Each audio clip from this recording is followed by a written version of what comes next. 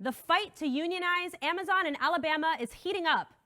President Biden backtracks on boosting the minimum wage, and Myanmar's coup government is rattled by a general strike. Where worker stories are front and center, this is On the Picket Line. The whole world continues to watch Bessemer Alabama as Amazon management ups its effort to crush what could be potentially the first successful union organizing drive at an Amazon-run facility. The Bessemer workers are making history as their effort is the first to organize an entire warehouse in the U.S. This is also the largest union drive seen in decades by private sector workers in the South. It's also important to note that around 85% of these workers are Black. Given Amazon's long history of union busting, it's no surprise that the multinational giant is responding heavy-handedly.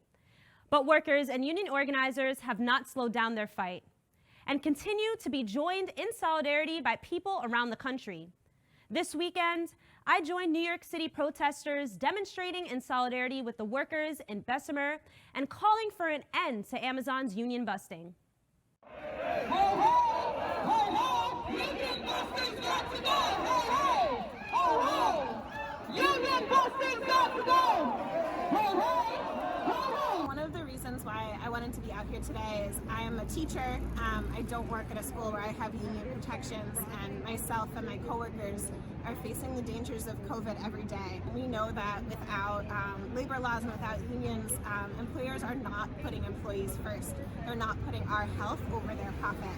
And that's why it's so important right now for workers to be standing together and fighting for each other's rights and protections.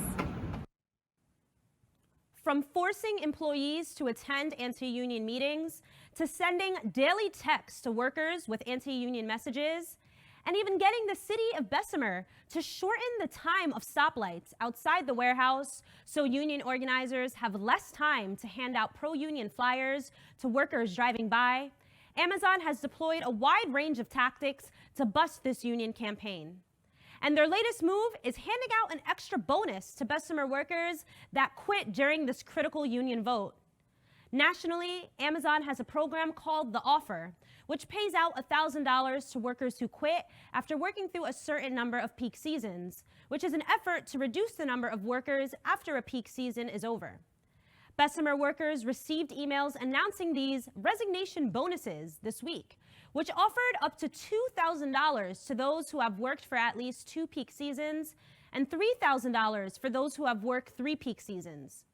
Workers are also being told that if they quit now, they could get their jobs back after the union vote ends on March 29th. Union organizers and workers are calling this a clear effort to undermine the union drive by essentially bribing workers to quit. They have also pointed out that Amazon being so willing to pay these inflated bonuses proves that they do indeed have the money to offer their workers the better pay and benefits they're demanding. As calls for a $15 federal minimum wage grow, President Biden is privately backtracking on his public promise to make it happen. In a meeting with top Republicans and Democrats on the COVID relief bill last week, Biden said a minimum wage increase likely would not be included in the package. He took a similar stance in a private meeting of mayors and state governors over the weekend, stating, quote, "It just doesn't look like we can do it." At the same time, workers across the country are making it clear that they cannot do without a livable wage. Last week, fast food workers and domestic workers joined together in a strike across over a dozen different cities to demand $15 an hour and defend the right to unionize, in honor of Black History Month. Here's what some of these workers had to say. Home care worker, I make $9 an hour, and I cannot take care of my family on that little bit. That's why I'm speaking out today to demand $15 an hour. I can't take this no more. There was times when I didn't have a break.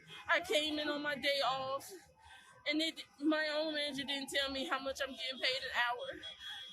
The highest check I ever got was literally $291. I can't take it no more. I'm halfway homeless. I need this $15 an hour, not only for me, but for everybody. I learned to put an armor on. I continue to smile and be friendly with my customers, and I teach the crew to put on the same armor that I wear. But this armor gets heavy, real heavy when you can't pay your bills. But there's something that makes me feel strong. It's the reason I can stand here and share my story today, because I know I do not bear this weight alone. The nation of Myanmar came to a standstill on Monday when hundreds of thousands took the streets and thousands more went on strike in the largest protest following the February 1st military coup. After calls for this massive day of action were made, the military issued a sinister warning that these demonstrations would result in a quote-unquote loss of life for protesters. The movement is calling for the release and return to power of civilian leader Aung San Suu Kyi and other democratically elected officials. Since the coup, government workers across various sectors have also gone on strike. It first began with over 1,000 doctors across 70 hospitals refusing to work until the civilian government is reinstated. Bus drivers and railway workers joined next. Teachers and other school workers quickly followed suit, protesting outside their school and university buildings. It's reported that the army has been carrying out arrests every night since the coup and has given itself search and detention powers.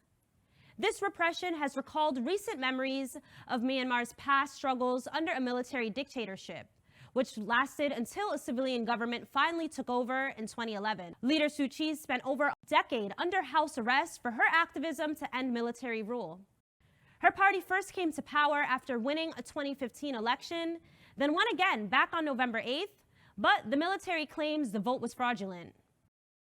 The Myanmar Electoral Commission has denied accusations of fraud.